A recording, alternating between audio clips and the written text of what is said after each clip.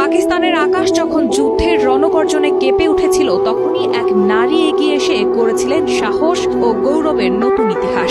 Squadron leader Ayesha Faruk, Pakistan এয়ারফোর্সের প্রথম combat ready নারী pilot. দুঃসাহসিক অভিযানে শত্রুপক্ষের রাফাল যুদ্ধবিমান গুড়িয়ে দিয়ে নিজেকে প্রতিষ্ঠিত করেন আকাশ রানী হিসেবে। তার এই বীরত্ব পাকিস্তানি ইতিহাসে সাহসের এক উজ্জ্বল দৃষ্টান্ত হয়ে রয়ে গেছে।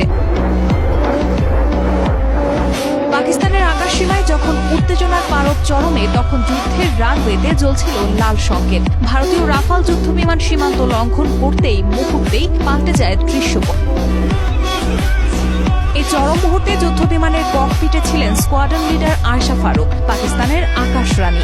অচঞ্চল চোখে স্ক্রিনে নজর রেখে নিখুঁত কৌশলে তিনি লক করেন লক্ষ্যবস্তু। কয়েক সেকেন্ডের ব্যবধানে তার ছোড়া মিসাইল আঘাত হানে সরাসরি। আকাশে জ্বলজ্বল করে ওঠে বিস্ফোরণ। ভারতীয় রাফাল মুহূর্তেই ছিন্ন ভিন্ন হয়ে মাটিতে পড়ে যায়।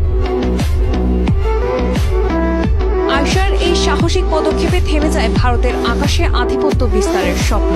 তার নির্ভীক সাফল্য পাকিস্তানের আকাশে শুধু শত্রুকে রুখে দেয়নি, বরং গড়ে তোলে এক অনন্য দৃষ্টান্ত, যা চিরকাল গৌরবের সঙ্গে স্মরণ করবে জাতি।